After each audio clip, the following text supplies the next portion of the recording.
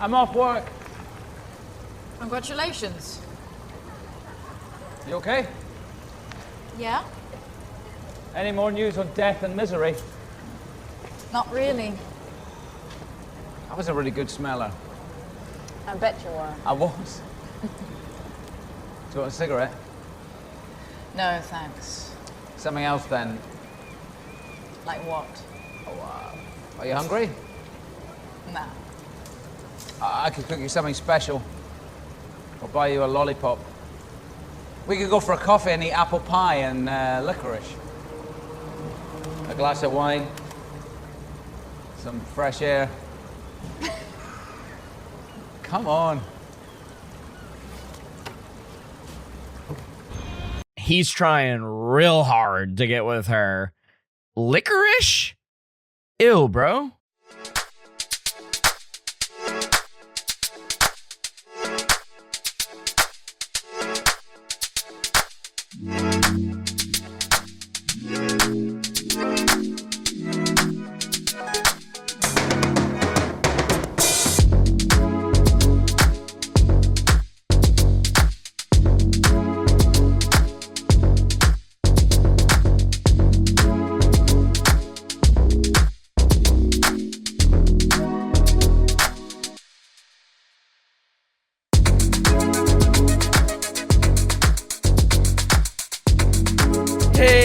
Everybody, and welcome to the Cinema Psych Podcast, the podcast where psychology meets film. I am your host, as always, Dr. Alex Swan, and we are gonna explore a very sad and somber world.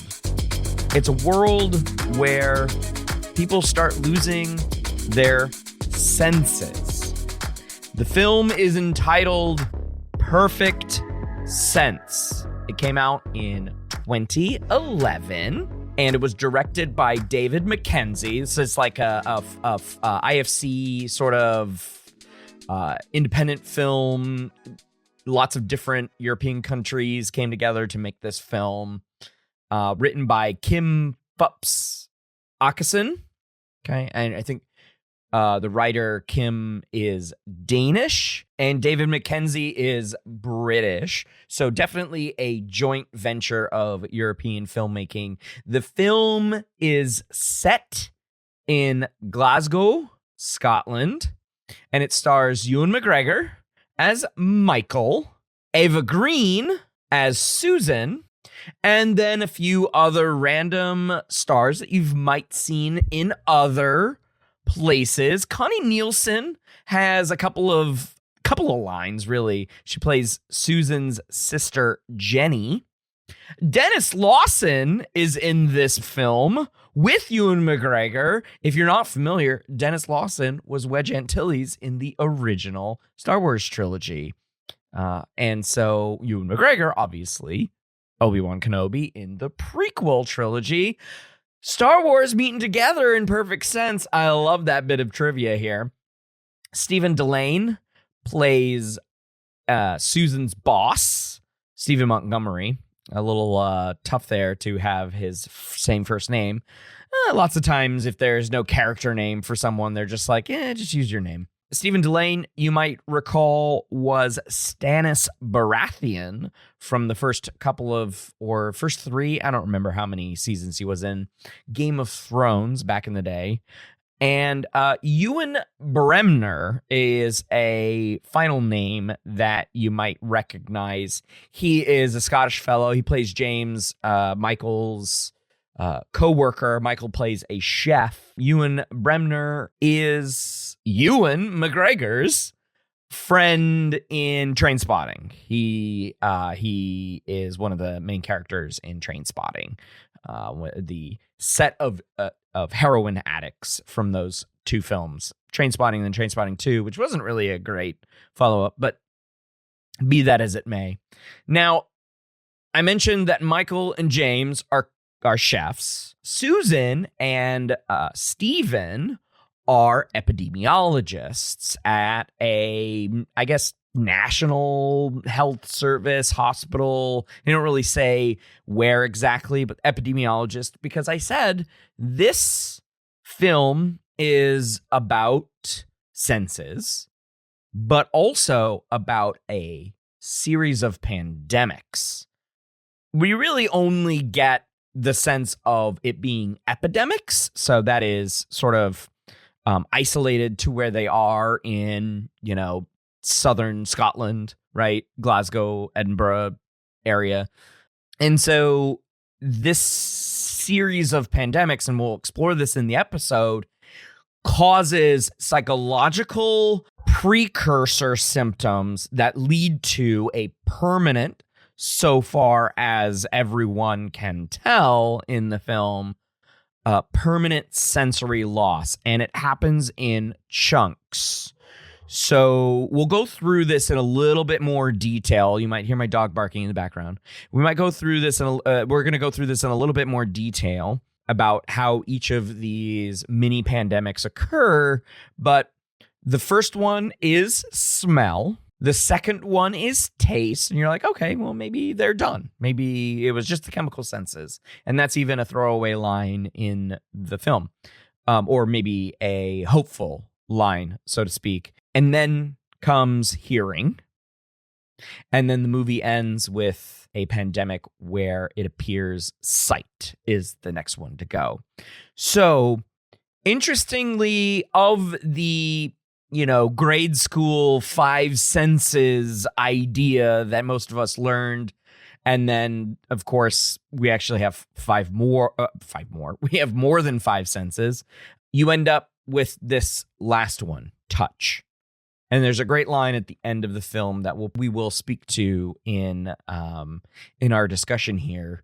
The sense of touch, right? It's very important. At the heart of this film is a love story between Michael and Susan. So you got to have some kind of personal drama in it. Just like in Contagion, there was this father and kids situation, right, that you follow. Personal drama, right, keeps people in it. You can talk about broader themes.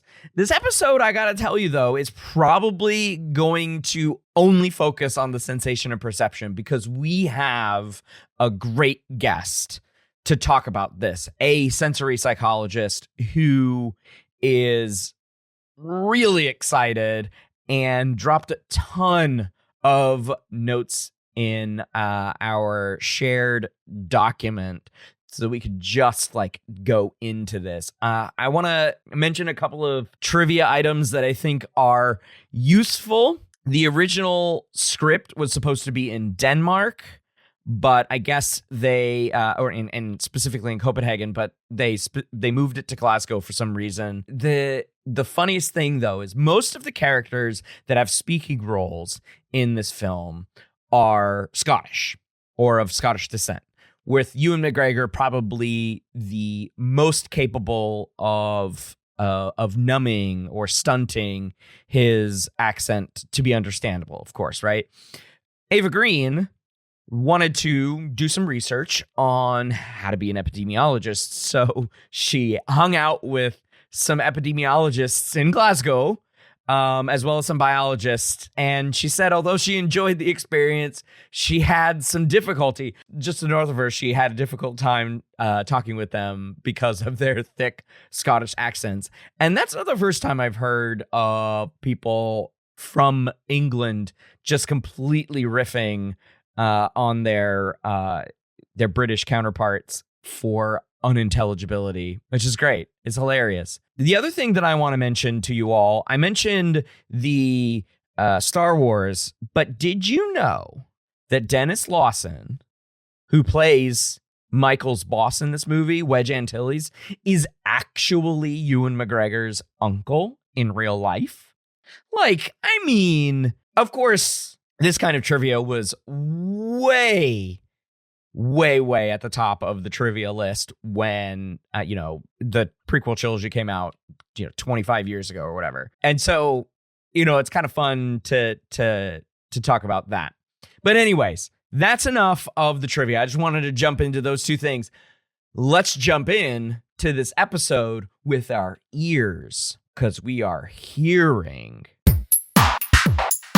My guest host today is Dr. T.R. Brooks. T.R. received his Ph.D. in experimental psychology from the University of Connecticut in 2018. T.R. is an assistant professor in the psychology department at the College of Idaho, a small liberal arts college near Boise, where he teaches intro psych courses, biopsych, sensation and perception, useful for today's discussion, and environmental psychology. One of these is not like the other. He also teaches a winter intensive course called Psychology in Science Fiction. Can I take that? He has published research in the areas of touch perception, visual haptic interaction, that's a mouthful, and environmental psychology. His hobbies include cooking, playing accordion. Oh my God, really?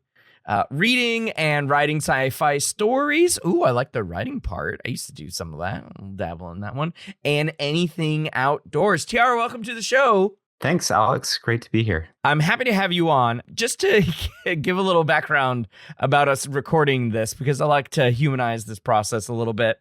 We just spent a good portion of the last half hour trying to figure out audio technical difficulties. So, it happens to the best of us. Yeah, how many episodes is this for you now? And this will be 96. So it's always impressive to me the new bugs that can come up. All right, no matter how many times you do something, some software update, and it's just all out the window. Absolutely. And I had to restart my computer. Oh my gosh, it was quite the journey. I think that we both went on.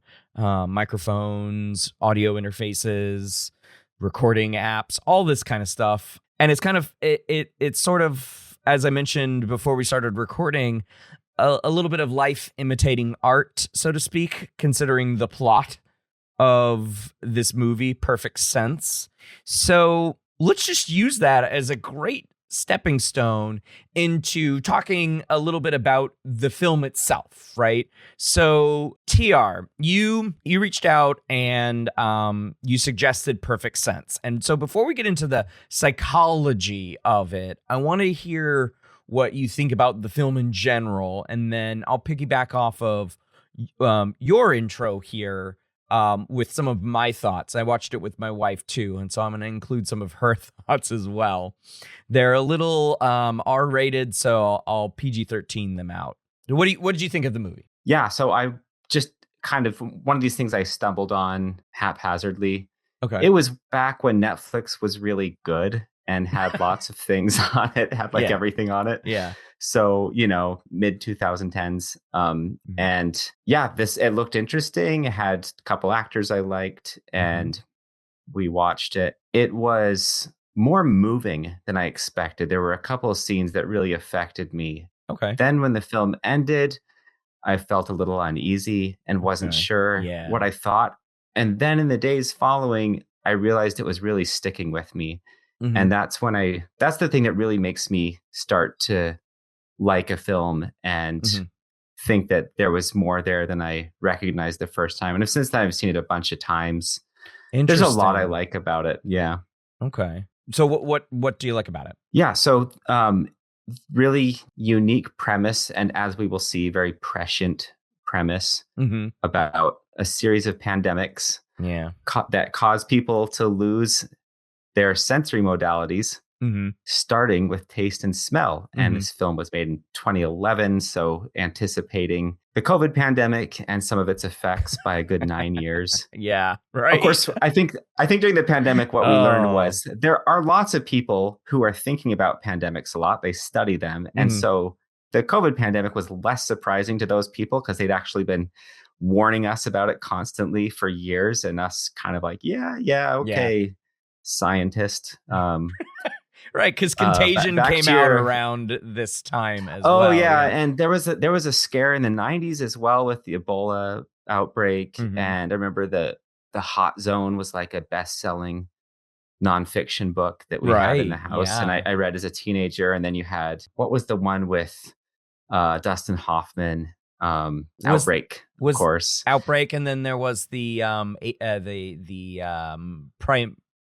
simian virus movie, like Congo or whatever it was, that came out in the 90s as well. Yeah, that's right. Yeah. And then, of course, the zombie films, many of which used a kind of, pathogen. Yeah, right. Yeah, absolutely. Yeah. And so the other things I like about it, I think the acting's good. I think the cinematography's great. Agreed. I like that it's in Glasgow. We get to see lots of Glasgow. You get to hear people with their Glaswegian accents, which is fun once you kind of tune into it and start to understand. You might watch it with subtitles for the first, 25 minutes or so before you get used to it. Yeah. Maybe not Ava Green, because she's not Scottish, but yes, everyone else you kind of have to be like, what did she say again?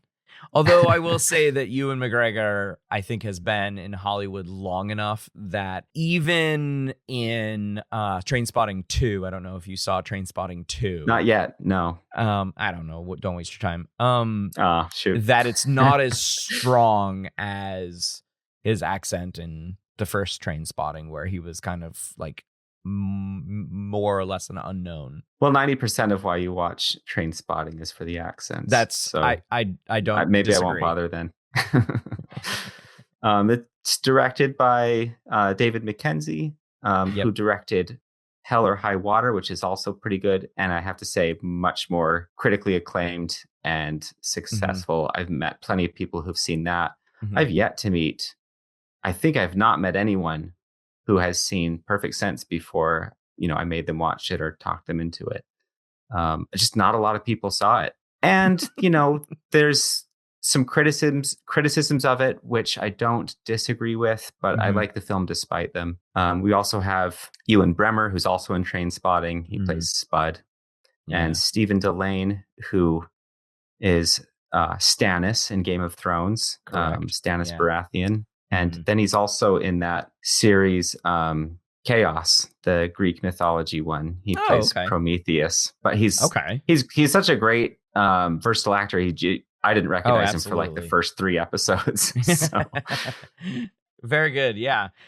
So what are some of the things that you didn't like about this movie? You just mentioned that, and I wanted to get your sense before I jump in here. Yeah, so some parts of it are slow. There's just some really long contemplative scenes that if, maybe the producers had gotten their hands on it more, they'd have cut more of those. I don't know. It's all beautifully shot, but they are a bit drawn out. And then I've heard that, a lot of critics didn't like some of the voiceover narration, and you're always taking a risk with voiceover narration of it being too ham-fisted, and some of it was just very dramatic. Bit over the top. I think if you're into the film, it works. It's not too bad, but I can definitely see it. It's a little much in places. I pretty much agree with you. It's a beautiful film. It's, I think, for me, maybe a little too short. It's like 89 minutes or something like that. Is it really? Yeah, I've never looked at the running time, and I'm surprised to hear that, just because it seems longer. There's a lot of space in the film. Yes, a little bit of pacing issues. I would definitely agree, especially in those interstitial scenes where you get that narration. I think the movie tends to do a pretty good job of following characters, and those seem compelling and well paced. But the scenes of like stock footage or archival footage, sort of indicating the pandemic's effects at any given point in the film, in the multiple pandemics, right? Yeah, where the voiceover narration. So you brought that up, and I was like, yeah, that was probably my least favorite bit about the movie, because it didn't sound like any of the characters, and it may have been somebody else. I don't know if it was Ava Green. I don't know if it was her. It didn't really sound like her, but I could be wrong. Is it not? Maybe I might be misremembering. It's been, I last watched it in January, but I don't actually know for sure. Maybe it just sounded like her to me, and I it could be to look it up. She's not credited as it doesn't say Susan / narrator, so I don't know if we're supposed to just assume that Susan is narrating. The narrator might at certain points say something like, we look like speaking the first person from the role of epidemiologist, like we looked here for the cause, and maybe that's maybe where I missed it. Like they mention it once, and then if you miss it, it's not made clear, and then you wouldn't credit her because she identifies herself. I don't know. Yeah, but you got me wondering now. Right. You're gonna have to go to Wikipedia and see if they make that clear or not. But I will say that while moving, especially the end part, I did like the end narration when the screen goes to black. We'll talk about what happens there in a little bit. But so very moving, but also, as my wife said, that's pretty effed up. It's a pretty effed up film. It's definitely a depressing film. I saw a user review on IMDb when I was looking up the actors. So I watched it on Sunday for the first time. And to your point, yes, you did recommend it to me. So I had never heard of it before you recommended it. So sort of you're keeping your running tally here of the people that you have to recommend it to in order to watch it. I haven't seen it. You'll find that person, TR. I know you will. You'll find that person. And so she watched it with me. And anyways, the user reviews said, do not watch this if you are currently depressed. Good advice. And it was good advice. I think they gave the film like 5 out of 10 or something like that. 10 stars on IMDb, right? 10-star rating system. So and I think they gave it like 2025. 5. What? And in 2025, who isn't depressed? Right. And that's true. So maybe you need to see other people's lives can be worse. And what if this happened in real life, right? It could, I mean, I don't know if it could, but it could, so. Yeah. I mean, it kind of did. It kind of did. And yeah, we'll definitely talk about that because that happens in the beginning. The real life stuff happened in the beginning of the film. Life goes on. The food becomes spicier, saltier, more sweet, more sour. You get used to it. The greater loss are all the memories that are no longer triggered. Smell and memory were connected in the brain. Cinnamon might have reminded you of your grandmother's apron. The scent of cut hay could evoke a childhood fear of cows. Diesel oil might bring back memories of your first ferry crossing.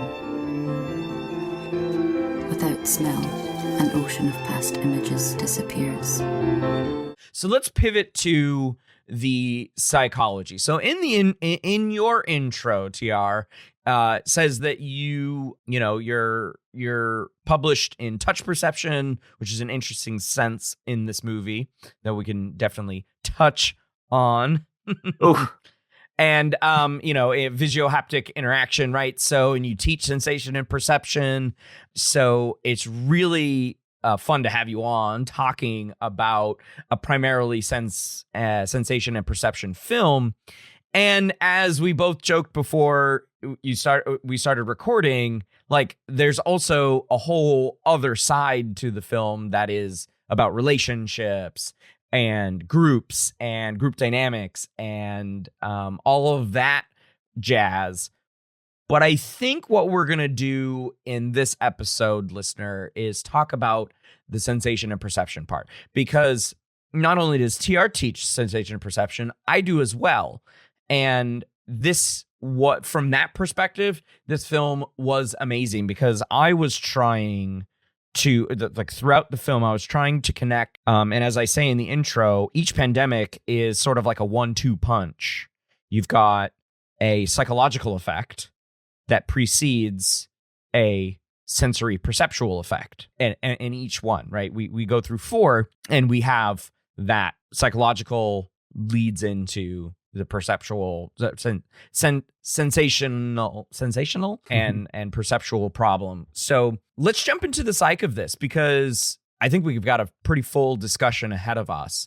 And I saw your question. So I'm gonna be that person to ask this question rhetorically. Why wouldn't a psych movies podcast, cinema psych podcast, do an episode on this film? So what would be your answer to that, TR? It seemed like a natural fit to me, but as I thought about it, I absolutely. realized why it might not occur to someone to do an episode on this film. And it's that I think of like a general psychology class. Yeah. And that is going to be many people's deepest contact with the field of psychology, is taking a general psych class. You might spend a day, maybe two, talking about visual perception. You might spend part of a class mentioning the existence of hearing perception, or mentioning, pitch and wavelength is, pitch is wavelength and amplitude is loudness, or something. We're talking about hair cells, but many general psych classes I know will just skip sensation and perception entirely. And I think it's easy to forget that it is part of psychology. Mm-hmm. And so that's why I think it might not occur to someone why there'd be an episode about this film, which is a film. I mean, I feel like this film was made in a laboratory for me. Mm-hmm. It being in Glasgow, which is a place I've spent, some amount of time, and it's about sensation and perception. And it's got a couple actors I really like, and I'll be honest, I like the artsy films, and so it's got that kind of style as well. So it's just kind of, but mostly that it's like a film about sensation and perception. Yeah, there are not a lot of those. I actually can name a couple, but none that are such good examples as this one. True, very true. And so that leads to the next question, right? Which begs that the next question is, of course, a psychology and film podcast would have to do a episode about that, and that's what we're doing right now, because like you said, there are so few films like that are directly related to an artistic exploration of sensory experience and the overlapping perceptual and psychological experience, which I think this film does well. Yeah, and one thing I really like about science fiction is when a writer or screenwriter or director, they do take some real principles or phenomena from science. They do a pretty good job using them accurately in the movie, and then they also very creatively and in a very effective way go beyond them, go outside of them. Oh yeah, and I think this film does that. It has some great, very realistic depictions of how this might play out in real life, or did play out in real life in 2019, 2020. Yeah. And then also some flourishes they do for the sake of plot that I think are unrealistic, but work for the plot, and so they're forgivable. And that's actually what I really like about sci-fi, is you get to kind of pick and choose your science. Yeah, absolutely. And the film in 90 minutes touches on so many different things just in sensation and perception too. So I kind of want to do a like mini module, sort of as if we were in a sensation and perception class. And I know that I do it this way, and you might do it this way as well. But I would say that half of the semester for me is vision, which is the least amount of time spent in the movie on this one. And then I do about 3 weeks on hearing. And then by the time the other senses come around, there's like 2 weeks left when, you've got spring break in there or fall break or whatever. And you've just run out of time for all of the other senses. Is that similar to how you teach sensation and perception? A lot of vision, and then it sort of falls away from there? Yeah, I mean, that's kind of the relative proportion allocated for textbooks as well. So It's not surprising that we all kind of do a similar thing. Mm-hmm. I maybe do a little bit more philosophy of mind than some other people might, just because I think it's really helps make an otherwise pretty technical topic, can make it more meaningful. Mm-hmm. And then we also do a data collection group projects where the students form groups and collect data, and we analyze it. Everyone wants to do taste. So I'll have I'll have like 3 or 4 taste groups, and we won't even cover taste until like the last week or two. You're of the right, term. right, exactly. And then you're like so they're smushing smell in there as well as it's a bad time. But everybody's so super interested in taste. And little fun fact about me, I was one of those people in graduate school. My experimental psych class, my group and I did a taste experiment with ratings of. So are you familiar with these like spray candies? They come in little like Banaka squirt bottles. So we got a sweet flavored one, which wasn't really sweet, I'll tell you that much. A sour flavored one, and then we had one that was basically they were just spraying water in their mouth as a control condition. And we got null effects in our class, but our instructor was like, "You guys should really rerun this and kind of modify it a little bit." What they were doing was they were looking at images, and we were trying to see if the taste impacted pleasantness and arousal ratings. And so we did it the following semester, and it worked. We got a little significant difference there between the taste conditions.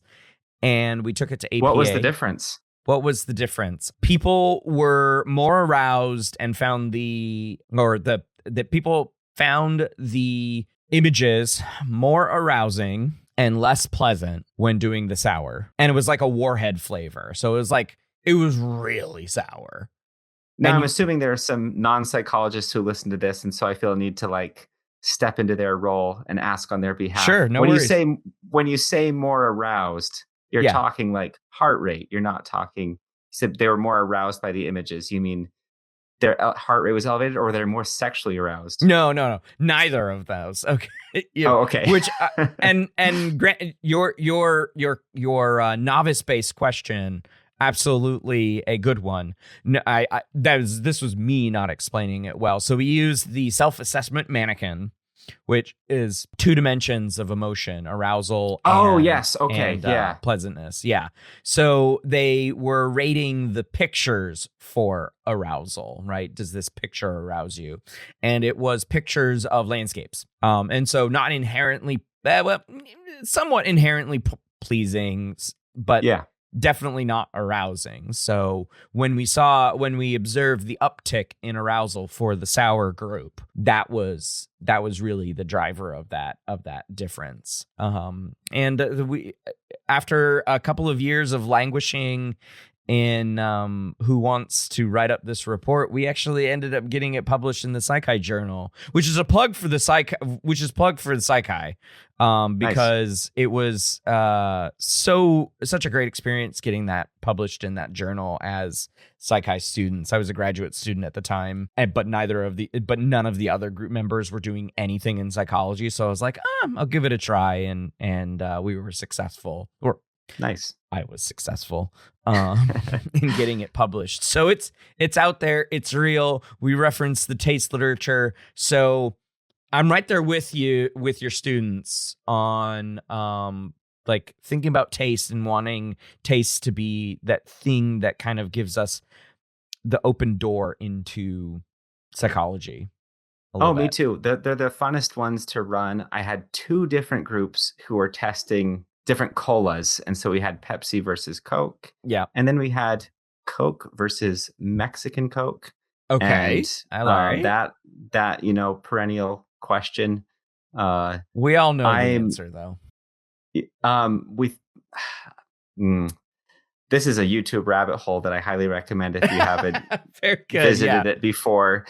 But I've changed my mind about it. I do think the glass bottle matters. Yes. Don't think that the nation of origin matters.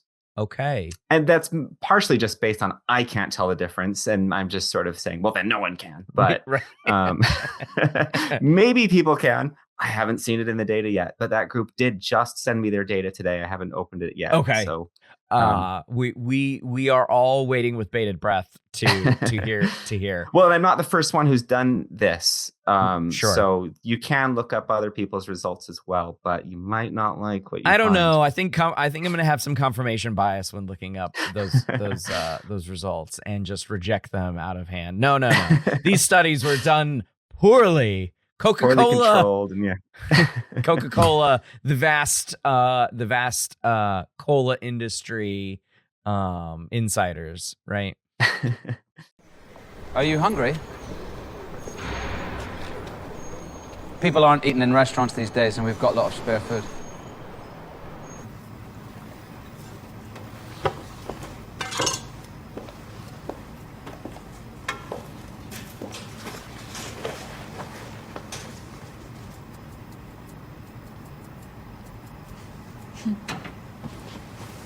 This is monkfish cheek. Fish is my thing.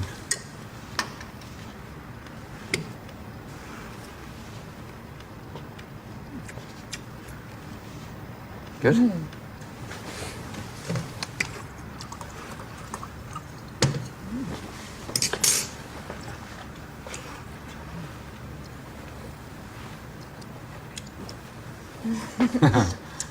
I'm a bit greedy when I eat. Oh, that's all right. I had a disorder when I was younger. Just trying to catch up.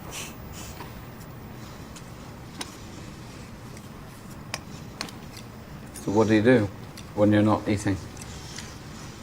Death and misery. What?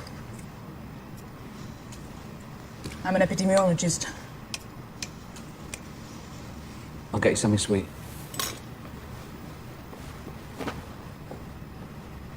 This is a mango jelly and chocolate macaroons and I didn't make these. I can't remember what the fuck that's called, but I think it's got coconut in it. So I wanted to do little modules here, go one part of the sort of in order as they appear in the movie and go one after the other. We'll talk about the smell pandemic, then we could talk about the taste pandemic, then the hearing one, and then of course at the end of the movie, it's really just a quick blink and you miss it sight pandemic that just fades to black. So let's jump in for the smell pandemic. We are introduced to the characters, Michael and Susan. Michael is a chef who works at a restaurant across the alleyway, I suppose, from Susan, who is an epidemiologist. And she is called in to investigate a weird freak occurrence. A man is in a room all by himself, and he says he can't taste anything. What's going on there? I can't smell anything at first. And they when they first interviewing him, I think he's very angry, or maybe this is one of the later cases, but he's in sort of an isolated room. There's a glass thing in front of him, and he's very irritable, and he can't smell anything. And they just kind of so it's I forget the character's name. Susan is Eva Green, but I forget the Stephen Delane character's name. It's just Stephen. Oh, is it Stephen? Yeah. Oh, perfect. Yeah, I'm betting the screenwriter didn't have a name for him. They're like, we'll just use your name. Yeah, I mean, he's not a huge character, but and they're just trying to figure out what it is and where it came from. And he's been there all day and wants to go home. And I'm not totally clear on whether it's the rage that. No, is it depression? It's uncontrollable grief and despair. It's grief and despair first, right? He's irritable not because of the onset symptom. He's irritable because he's been there all day and he's hungry and tired. Yeah, and he wants to see his wife and everything. Yeah. Yeah, and they don't know what to make of it. And I want to dissect this a little bit because, like I said, hadn't seen this before, and the synopsis doesn't give a lot of information that there's going to be multiple sensory issues. So I thought it was just going to be smell, right? Because they were going to investigate the fact that this guy lost the sense of smell. And then when the voiceover comes in and explains that the loss is smell, but preceding that is the psychological, uncontrollable grief and despair. So I was thinking to myself, well, that kind of makes some sense because smell is very integral to memory and vice versa. And so I was like, oh, the loss of smell means there's despair and grief associated with that. But then more things are lost as the movie goes on. So I'm like, I wonder what the connection between grief and despair is. What do you think, TR? As you said, smell has kind of VIP access to some regions of the brain. Mm-hmm. It's tied very closely to the limbic system. It appears to be able to bypass the thalamus in a way that the other senses don't. The thalamus, of course, is responsible as sort of a filter for determining which sensory input we're paying attention to, but not smell. Smell gets to kind of sneak around that and go straight in. Smells can transport us back in time like nothing else. Yeah. I remember when I was moving to Connecticut to go to grad school, I had been living in Utah for 20 years or so. And I had lived in Connecticut when I was a kid. Okay. And when we're, approaching the East Coast, we stop at a gas station or something. And I get this swamp smell, this waft of like East Coast swamp smell. Ew. And I was just transported back to 20 years. I mean, I'm not making it sound very nice. But, for me, it's the smell of summer camp. It's the smell of trips to the lake. Yeah. Loamy, I think, is the term I hear used sometimes. It's not an altogether pleasant or unpleasant smell, but I have associations with it. And then there's this research that came out during the pandemic to do with anosmia, which is what we in the biz call loss of smell. Yeah. And it does a bit have on the a relationship. nose, wouldn't you say? Oh. Well done. But yeah, it is associated with depression, and people do tend to, the causal relationship might go in both directions. Oh, interesting. Yeah, but it does certainly appear to be the case that losing your sense of smell puts people contributes it's in itself to the depression. Oh, okay. And people have, we're still learning more and more about long COVID. And for many people, I remember can I ask, did you get COVID and did you lose your sense of smell and taste? I did get COVID a couple of times, not back to back, of course, but no, I didn't. I was one of these quote unquote luckier folks who just, it was just a sort of a really crappy, little bit longer term respiratory illness. So I was very thankful for that and not losing smell. What about you? Yeah, well, see, I did lose my sense of smell and taste, not for very long. And I'm going to disagree with you a little and say I was the lucky one because I thought it was I thought it was fascinating. Okay, from that perspective, maybe I would have. But I guess what I mean by that is, people were I guess, notably and rightfully scared that it wouldn't come back. Yeah, and I'm being a little insensitive here. No pun intended. But yeah, losing your sense of smell and taste is alarming. Yeah. Losing it permanently can be really devastating for some people. I have a college friend named Blake, who Blake, if you're listening, this is my apology to you. He always told me he had no sense of smell. And I would ask him these bonehead questions all the time, just whenever they'd occur to me, like, what about gasoline? What about cigarettes? And eventually just like, what part of I cannot smell anything is hard for you to understand? I love it. I don't know, but it was hard for me to understand until it happened to me. And then I got it. I buried my face in this bag of coffee beans and fresh coffee beans and could smell nothing. Or I'd, eat yogurt. And it just was like eating, I don't know, electrode jelly. What I imagine electrode jelly tastes like. Yeah, something flavorless and viscous. But it probably has a taste, but and that's the interesting thing, because as we'll talk about here in a minute or so, taste is very, very intricately connected to smell, right? So when you lose one, you kind of lose the other one too. Maybe not fully. Okay, because it I would say it goes back and forth too. If you burn your mouth or something like that, you can still smell food. And you could, I mean, it doesn't necessarily take the and joy we have out of taste receptors on our tongue that work entirely differently from the smell receptors in our olfactory bulb too. Absolutely. Even though they're both considered the chemical senses, because of how they interact with the environment, I think the fact that they work together but also don't necessarily impede each other because of their sensory mechanisms, they're complements, I guess, is a good way to think about it, right? Yeah. And they're both like, we don't always know what's contributing to flavor when we're eating. We don't know how much of it is the aroma and how much of it is the taste and the reaction with our taste receptors. Yeah. So you highlight a very good scene that sort of sets the stage. It's the conversation with Michael and one of the line cooks about fish. What's their interaction? Yeah, so he's mentoring this younger chef, and they're choosing a fish to cook. I think it may have been a sea bass. I think he said sea bass, yeah. And he says they're just in this empty kitchen together, and he says, you should smell it. It should smell like the sea. Does it smell like the sea?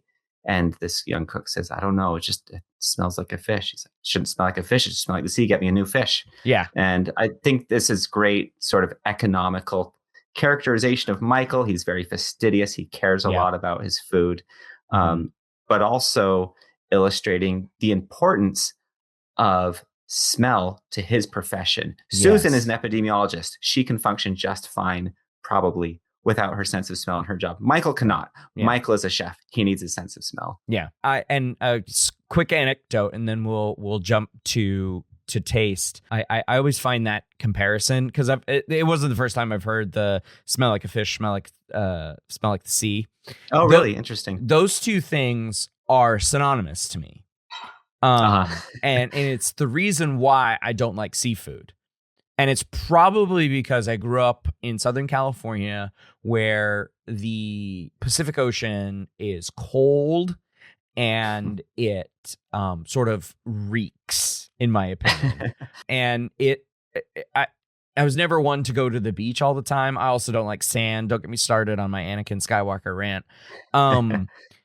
But like, those two things mesh for me. I don't like seafood because fish smell like the sea, and I don't like the way the sea smells.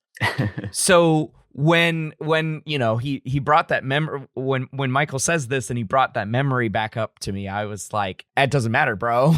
Like, it's still, I'm not going to order it. It doesn't matter what it smells like. I'm glad you're hanging out for your paying customers who wouldn't want to eat a rotten fish, but like, no, it's the same, because I cannot distinguish those two because of how embedded that smell is in my memory, as we were discussing, right?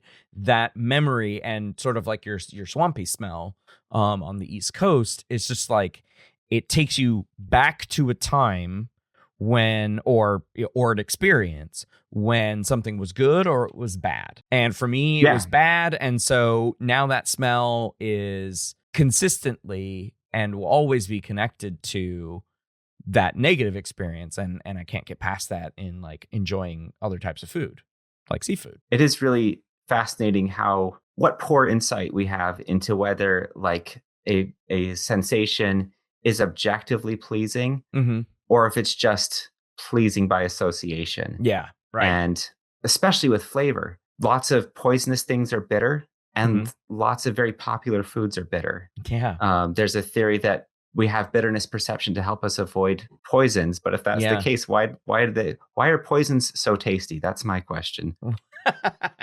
Why do we make treats, ostensibly treats, like black licorice? Yeah. And they're just the most nasty, bitter things, right?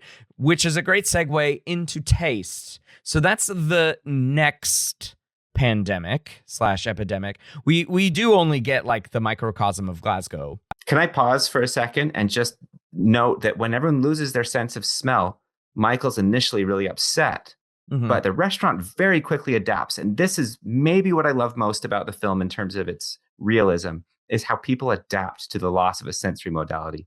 People still come to the fancy restaurant, even though they don't have that entire aspect of the dining experience. Yeah. And they make, as the narrator says, they make the food saltier, they make it sweeter, they make it more sour, and they just, boost the tastance in the food since the odorants are no longer there.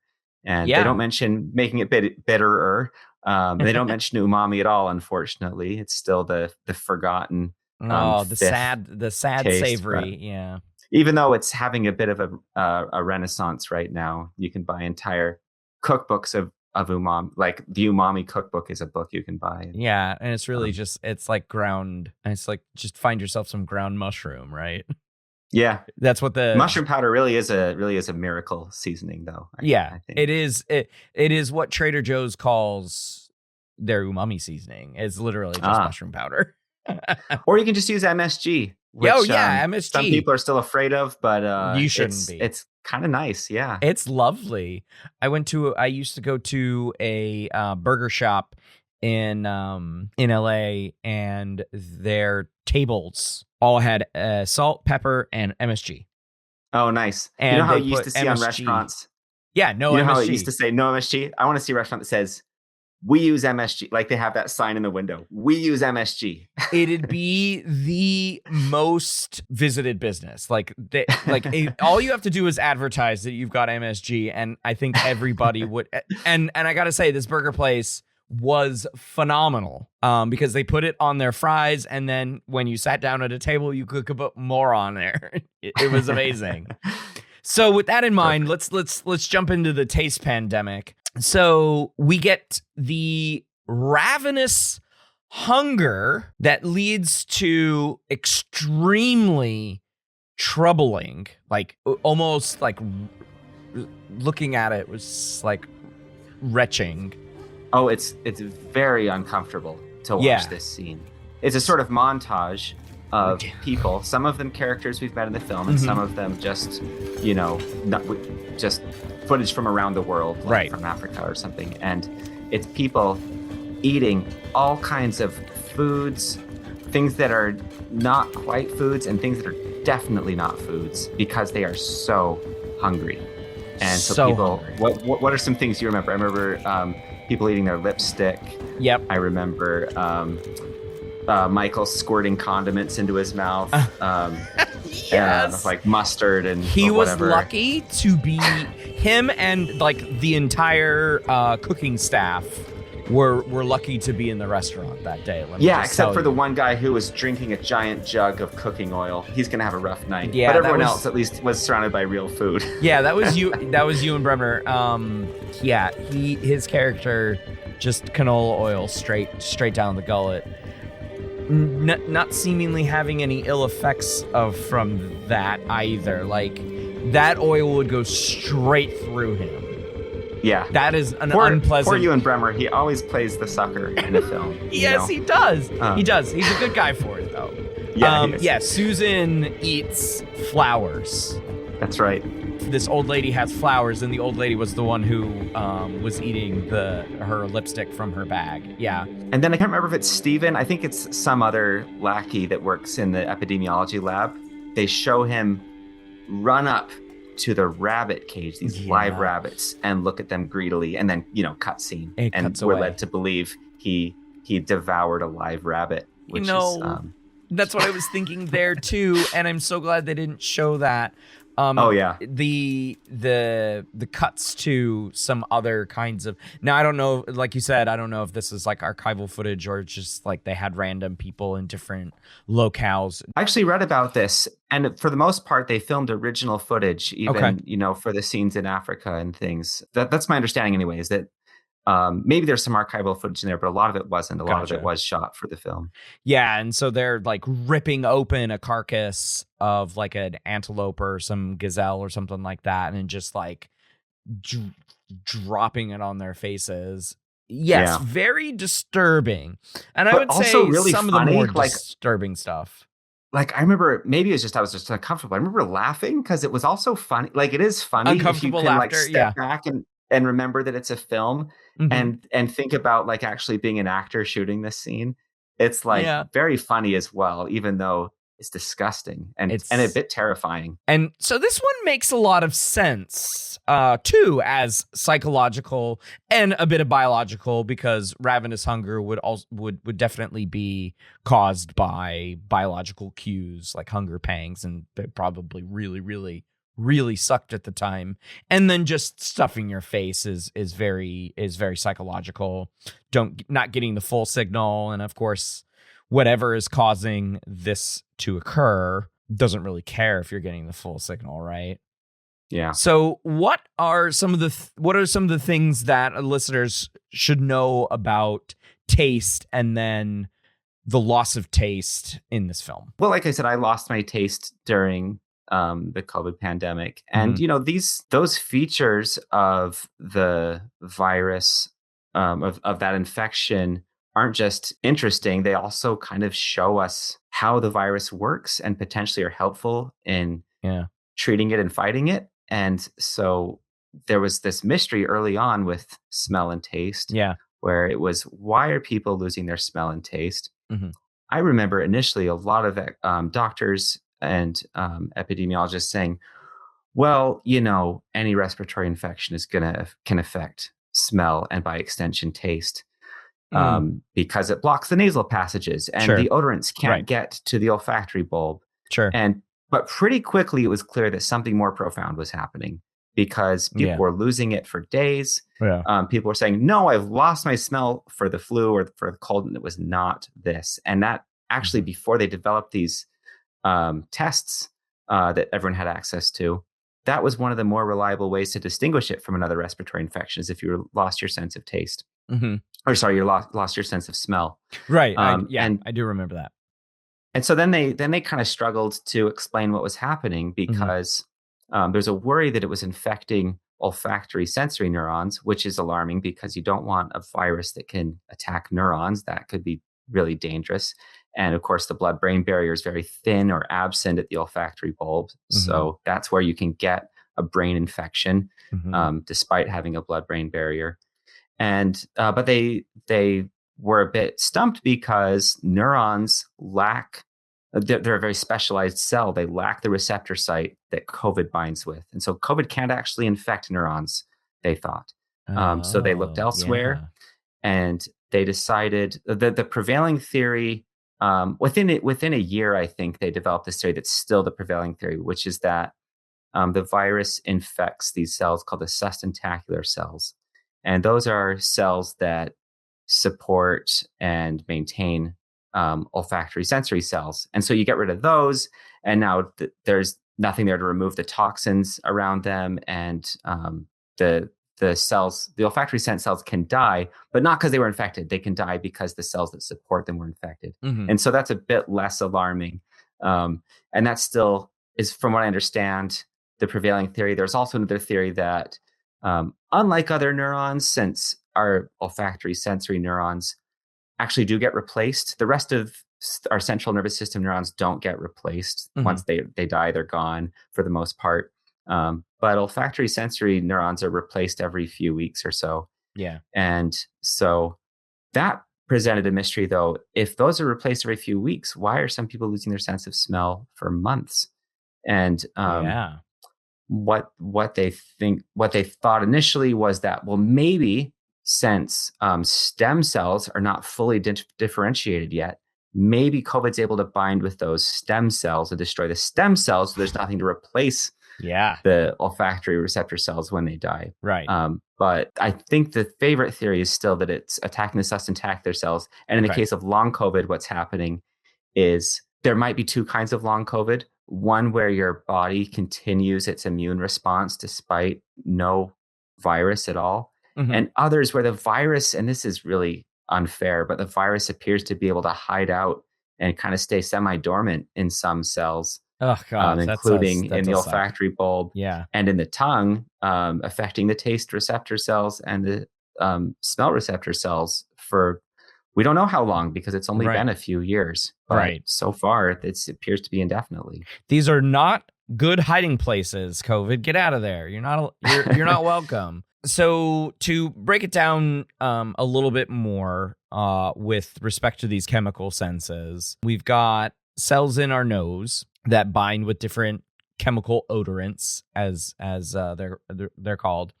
And then we have sort of multi-layered, is what I like to refer to them as, on our tongues and in our cheeks and around the area there, that get the chemicals that are sloughed off when saliva starts to, initially break down the food. And we get feedback from those two things, right?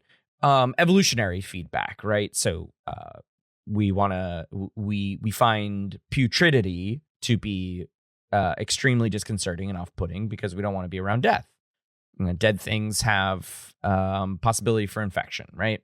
Right, but again, unless you have good associations with that, and you're like you're in one of these cultures near the polar regions where they eat fermented shark or fermented walrus meat, right. And apparently it tastes like ammonia, it tastes like decaying flesh, which it is, but if you grew up eating it, now it's a comfort food. Yeah, right. It's like the my taste face of home. Is so TR's looking at my face, and it's not a great face.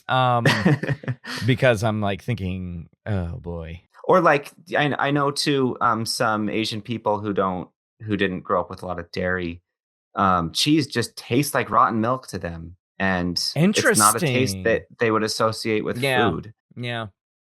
But then, as you were saying earlier, like, the prevailing theory is that we can taste bitter things because lots of toxic things are bitter, right? Sour things because sometimes unripe fruit isn't necessarily good enough to eat yet, and it's tart, right? And so that tells us, hey, take a step back. But then, of course, we've explored all of these different tastes, and we have found out what, I was just watching with my kids the episode where they did their parody of Lord of the Flies, and they have Ralph eat the berries, and he goes, "It tastes like burning." And, that's a good representation of like, okay, well, I know not to eat that now. Sorry, person, you don't get to have any offspring, but I won't eat it, right? So we may not have that direct sensory experience, but, we learned from there. But and we've expanded culinary options. Somebody picked up a mushroom one day and was like, this tastes really good, and it wasn't like anything else they had tasted before. And that idea had to have spread. Of course, you can get umami from, meats and other things like that and fats and stuff. So it's not just mushrooms, but, we explore all of this. And to get back to the film, what was really interesting to me was the pivot. In addition to the smell pivot, they had to do a taste pivot as well, right? And they started talking about the texture. So people would come to the restaurant that Michael works at, after a period of closure, and they're like, oh, what are we going to do? People started coming back, and they were just making things based on texture. Yeah, and there's this great scene at the start of it where Michael and his boss are sharing a bottle of expensive liquor, and the boss says, "It's such a shame I can't taste this. I might as well, drink kerosene or whatever." Yeah. And he says, "No one's going to come to the restaurant now. I mean, we could kind of still make good food without smell, but not without taste." And Michael is wise now. He says, "No, they'll come. People want an excuse to go out. People want to be treated well. They want to be treated like VIPs, and we do that. And the eating experience is so much more, ironically, than flavor, or at least it's so much more than taste, because flavor includes things like the viscosity of the food, the texture of the food, the temperature of the food. And there's another scene where Michael's testing out these new foods the restaurant's going to offer, and he takes a bite of a rice cracker or something, and he likes the sound of it. He likes the crisp. It's like, I can use that. And so they make these things that are visually nice. They apparently people's temperature perception is just fine. And I would point out they don't address spiciness. I have reason to believe spiciness would remain intact. So you just throw a bunch of capsaicin on everything, right?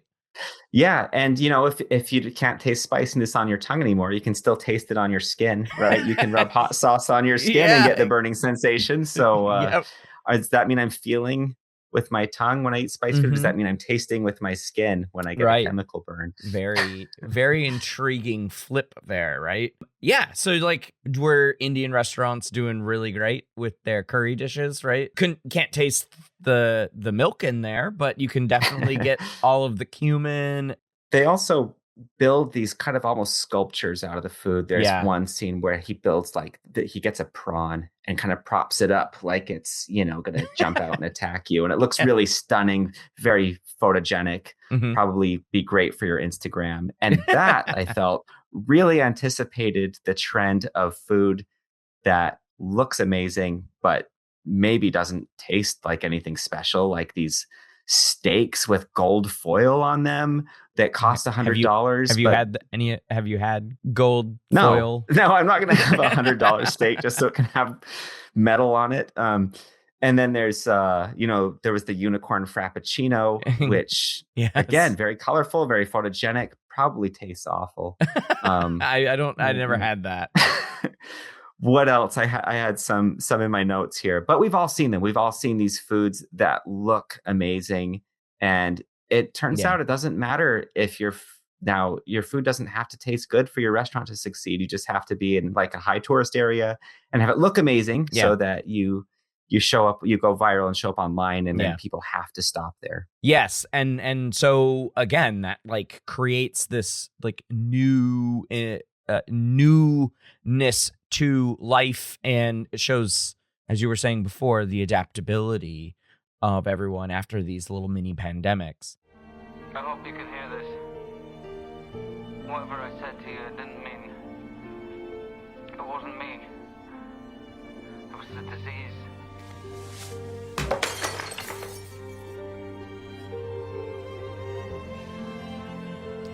It was not you. It was not you. It's not me. It's nobody. Nothing. Nobody's here. Nobody. Disease. Which disease? Where is it? Where are you hiding, you Where are you? I need you to come back to me. I need you to believe me. It's me. Why? It's me. I'm asking you to come back. Why? I love you.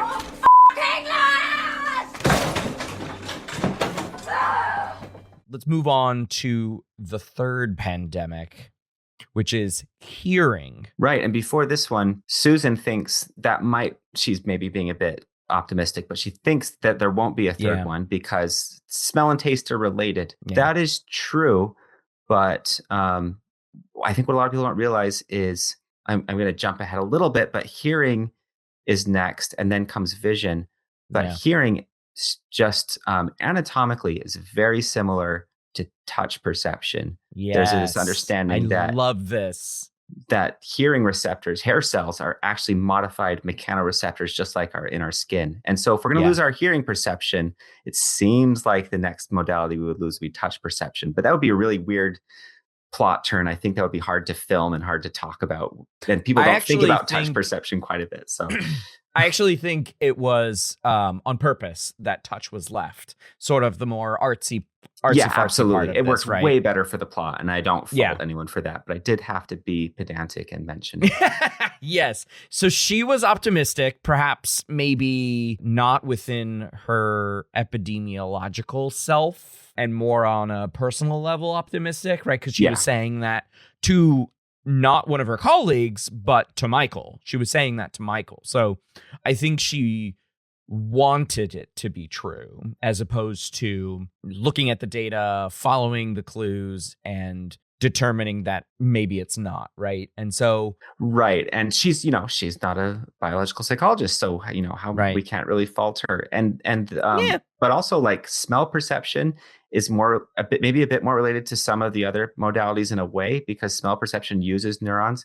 Taste perception, taste receptor cells are not considered true neurons. They're considered modified skin cells, and they do excite neighboring neurons. But if smell perception can be affected, I would maybe not be surprised if something like hearing or touch were next before taste, because taste receptor cells are so different from smell receptor cells. Ah, that's interesting. I didn't put that together. Huh. Okay. These things happen when you watch this film a dozen times over, a decade, and show like, it to have conversation. Yeah, it. Exactly. Yeah. So hearing is preceded by these intense episodes of rage and aggression, very scary, especially for Susan, who experiences not one, but two important men in her life just screaming at her like everything is her fault, right? Yeah, and her boyfriend, Ewan McGregor, Michael, actually uses a piece of very personal information that she told him, uses it to just really devastate her in a really nasty, unfair way. In a very weaponized way. They both say why there haven't been, in a previous scene, they say why they haven't had such good luck with significant others. Yeah. In recent times. At the beginning of the film, we learn that Susan's boyfriend broke up with her. She has a conversation with her sister. We don't really know why until she confides in Michael for that reason. And then we learn that in another scene, Michael's at a cemetery and he gets yelled at by these two older people. And we learn that he had a girlfriend and she got very sick, died, and he wasn't by her side. He left her while she was sick or something. Yeah, he did. And so now feels very guilty and goes to her grave, but is moving farther and farther, or there's more time in between his visits. And so he feels guilty about that. And so they confide each other and they tell each other these big secrets. And as you say, he experiences the rage and aggression first, and it comes on super strong while so much chaos is happening because other people outside are experiencing this. They get to the safety of his house, his apartment, and he just completely flips out on her. There is you put in your notes a 3-word combo that fills his rage too, and that is, when people lose the ability to smell and to taste, they're probably just going to eat the things that sustain them, and it was flour and fat. Yeah, so flour and fat refers to you could get by, you could survive, you'd get the calories you needed if you just ate flour and fat. I'm not a dietitian. I don't know how true that is. I don't think that's for those totally two things possible. Specifically, but you can get by for a while, But his point totally was, without our senses, everything is boring. Everything is the same. Everything is uniform. You're just as happy to eat flour and fat as you are to eat, gold leaf covered steak or whatever. I don't know, but, right. Yeah, and so without senses, life is meaningless. Essentially, that's kind of the thrust of that motif that comes up several times in the film, flour and fat. Yeah. And then as soon as the rage abates, hearing is completely gone. And I like the filmmaking choice. And this is a common filmmaking choice for the lack of hearing or deafness for the audience to have a shared experience is no sound mixing at all, right? It's completely silent.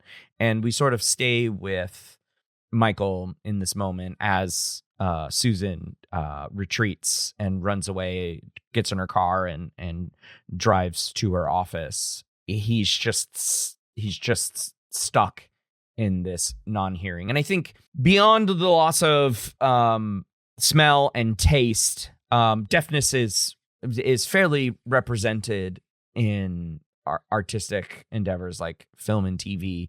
So I think at this point, audience members will recognize how difficult moving through life would be immediately going from hearing to non-hearing. Yeah, it's pretty jarring. And there's also this additional problem where their last interaction was this terrible fight, or rather this terrible abuse, this kind of one-sided abuse. And, they're being quarantined in their homes because this is a life and death situation now. If people lose all their sensory modalities, that's kind of going to be the end. And so they're being confined in their homes, but he also can't call her on the phone because he won't be able to hear what she says. He won't even, maybe won't even know if she picks up. If she calls him and he doesn't happen to be looking at his phone, he might not answer. And she's not going to call him anyway because he's pushed her away. And this was the most poignant part of the film to me. They do show a little bit of people picking up the pieces and learning to function just as they had with the loss of the other sensory modalities. But people kind of know. That was very interesting. Yeah, and people kind of know that that it's temporary, that the world's going to end once they lose their vision. And so they even start practicing for losing their vision. But there's also looting and vandalism and people giving up.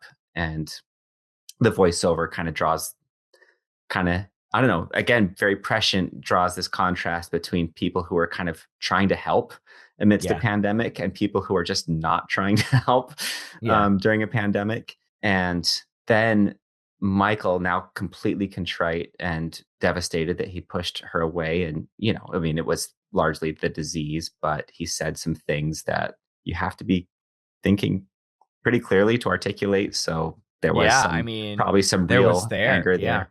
Once we thought of the Ice Age as something that crept up, glaciers slowly spreading, temperatures gradually dropping. But recently, a number of intact mammoths have been discovered with stomachs full of undigested grass. The cold must have hit them like a blow from a club. That's how the darkness descends upon the world. But first, the shining moments.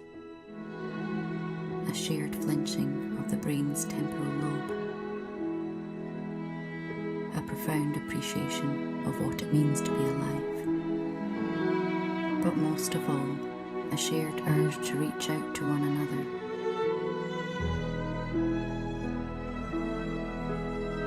To offer warmth, understanding, acceptance, forgiveness,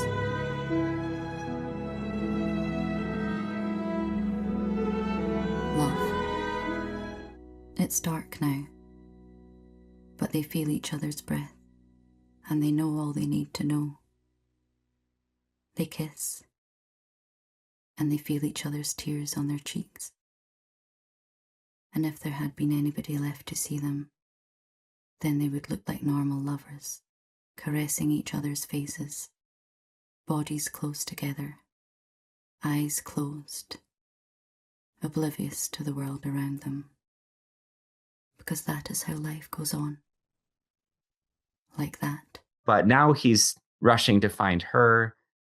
She's rushing to find him.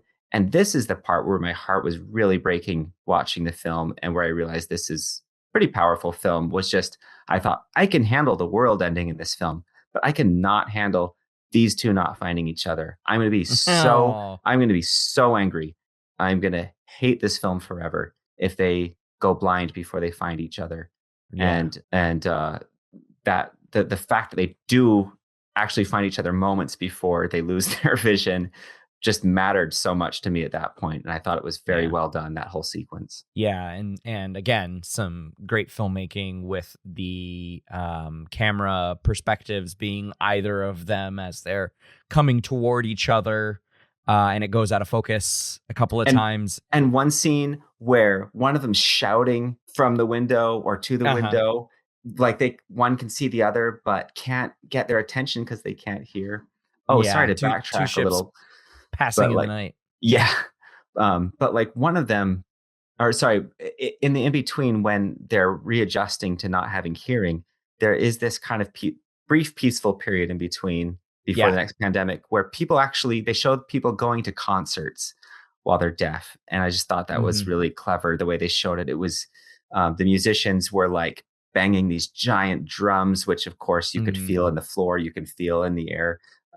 People are putting their bass woofers down against the floor, and the audience is lying on the floor feeling the vibrations. And I just thought that was very clever and very realistic.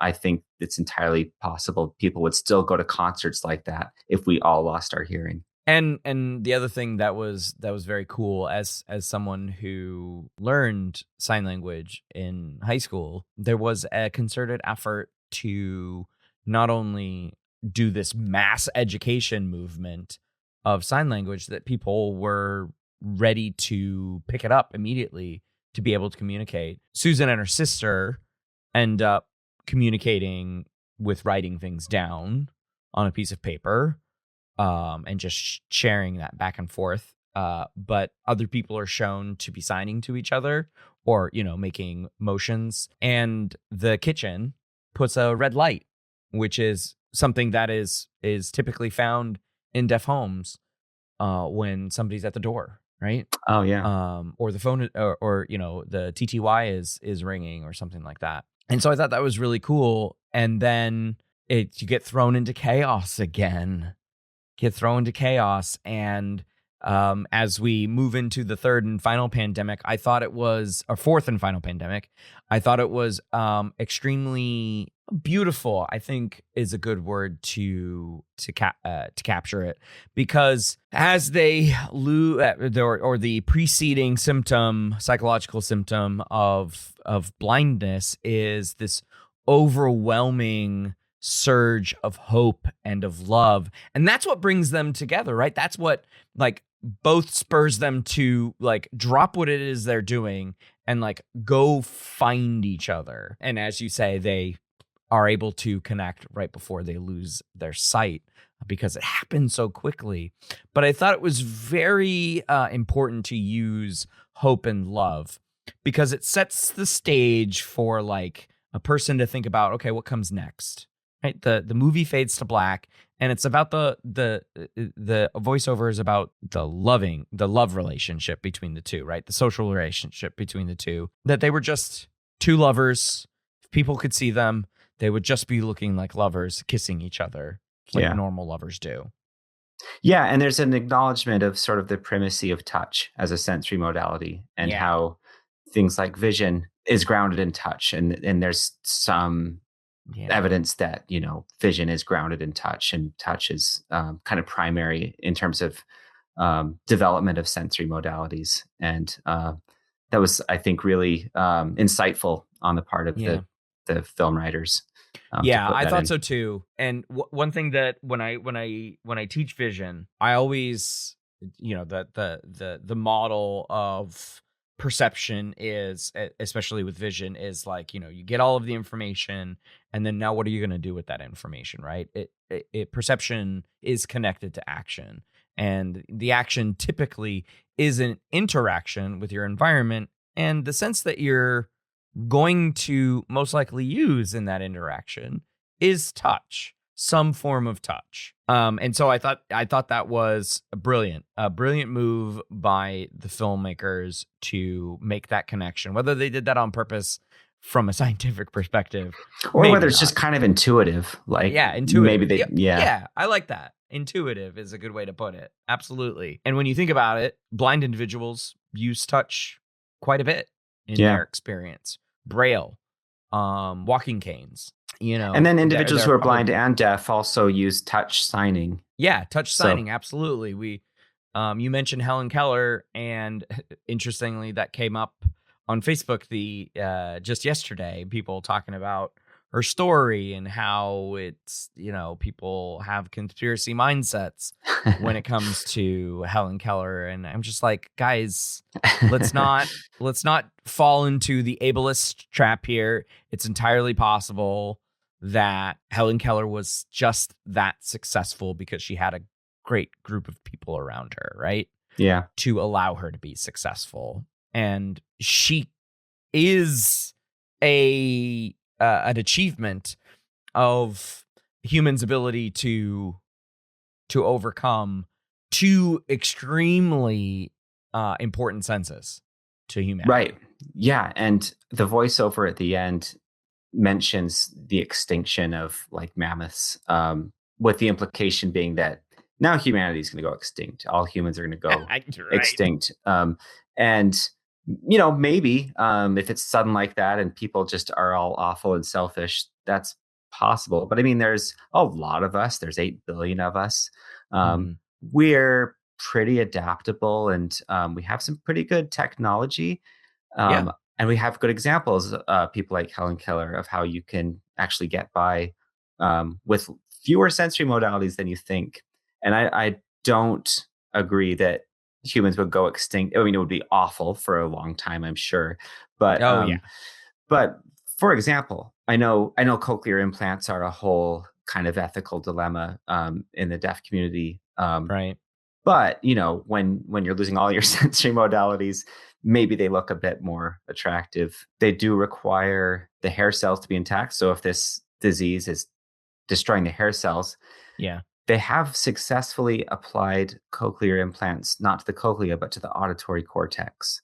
And it doesn't work as well. Like the farther along in the processing that you try to interface, the worse things are. That makes a lot of sense. But people can pick up on attack and decay and intensity of sounds still with that kind of cochlear implant. Pitch perception's not so good. They're usually limited to just a handful of pitch channels. But high on the high end or the low end? Well, just you think about our pitch perception, we could potentially distinguish like a really fine distinction of many, many different pitches. But when you create these electrode arrays, you're limited by how many electrodes you have and by how much area you have to apply it to. So it's like this range of pitches within which we could distinguish a whole bunch of different tones. Those are all going to be fed through the same electrode. And so all pitches of that frequency will all have the same stimulation pattern. So we wouldn't be able to differentiate them. A more flat kind of sound. Yeah, it would be like if you took the entire range of sounds we could hear and just binned them into 24 or so different tones you can hear. And so it still covers the full range.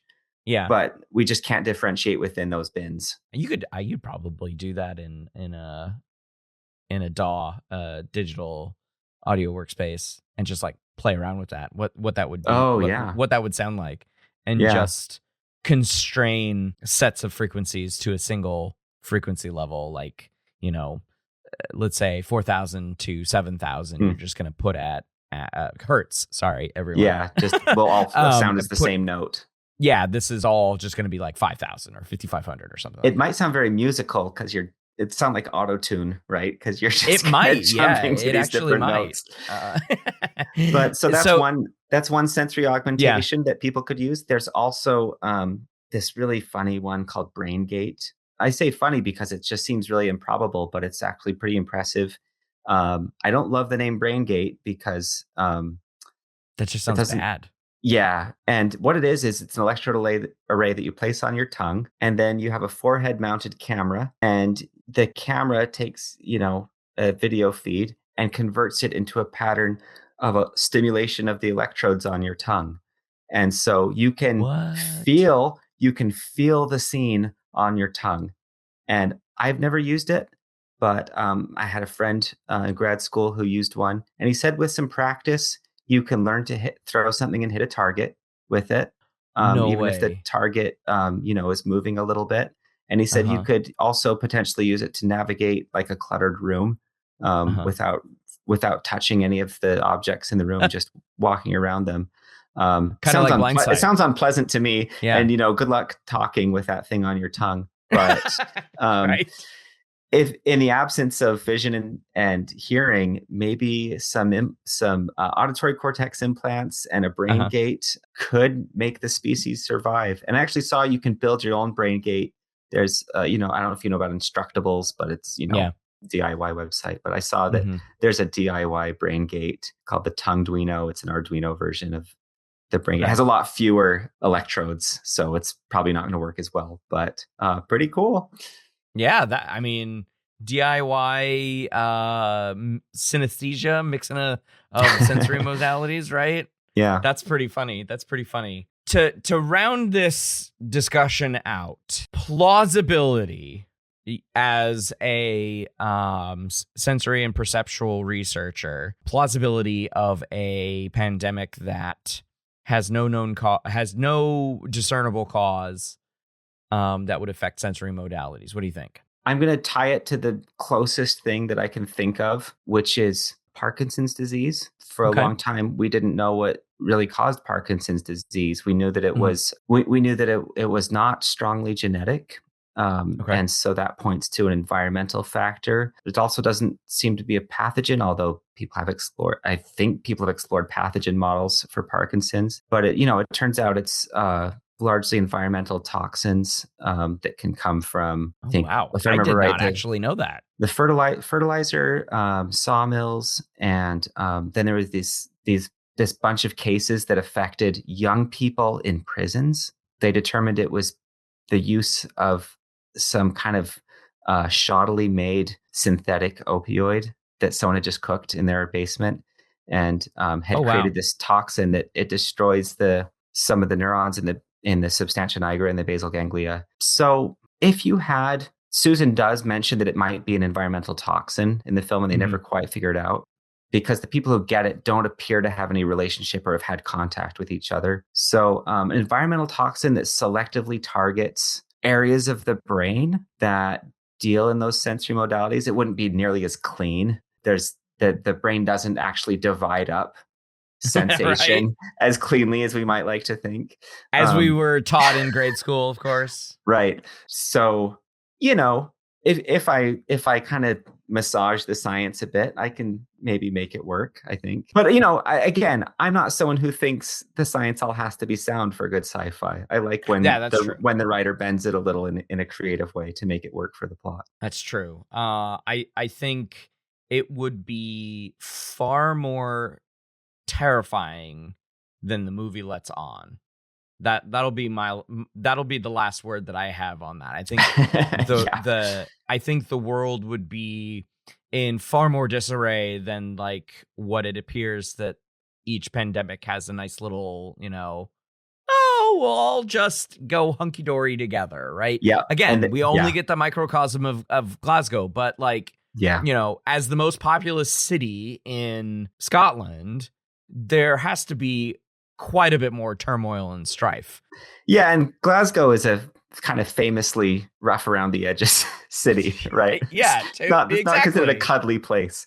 So yeah, so I mean, like, I think it would be far more terrifying, and kudos to Michael and Susan for at least making it work up to the point, where until they become, mammoths or whatever. And the human there'd be like a whole annoying political angle too, and thank God that wasn't in the film, because that would have ruined the film. If we learned anything from COVID. I think it is more virtuous for coming out in 2011 when things weren't so bad in that realm.